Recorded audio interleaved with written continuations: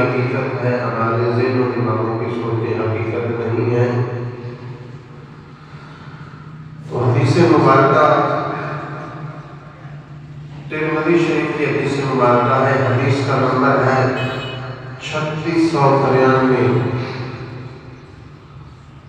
اور اس کی راویہ اما عائشہ صدیقہ طیبہ طاہرہ رضی اللہ تعالی عنہا ہے۔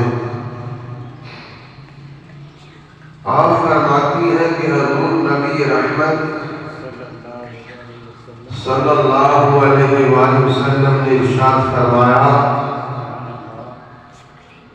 کہ جس قوم میں ابو بکر صدیق موجود ہو اس قوم کو ابو بکر صدیق کے موجود ہوتے ہوئے کسی اور کو امام بنانا جائز نہیں ہے۔ ترمذی کی حدیث ہے، حدیث نمبر 3693 ہے۔ اما عائشہ صدیقہ راوی ہے،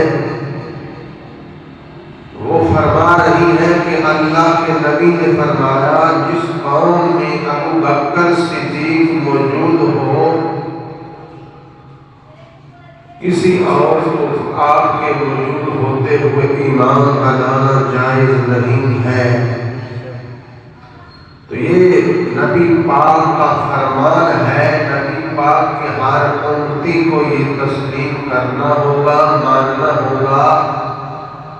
اگر کوئی نہ بھی مانے تو ان کی امامت میں کوئی کمی نہیں آئے گی، وہ امام تھے، امام ہیں، پہلے مسلمانوں کے اور ان کے بعد ان کے پیچھے صحابہ نے نمازیں پڑھی، اہل بیت اطہار نے پڑھی، بالخصوص سیدنا علی المرتضی شیر خدا، امام حسن مجتبیٰ، امام حسین پاک رضی اللہ تعالیٰ عنہ، ان ہستیوں نے جب ان کو امام تسلیم کر لیا تو پھر ہمیں بھی کر لینا چاہیے۔ بہرحال کوئی نہ بھی کرے تو وہ ان کا کچھ بگاڑ نہیں سکتا، امتی وہی ہے جو اپنے آقا کے فرمان کے سامنے اپنا سر جھکا دے۔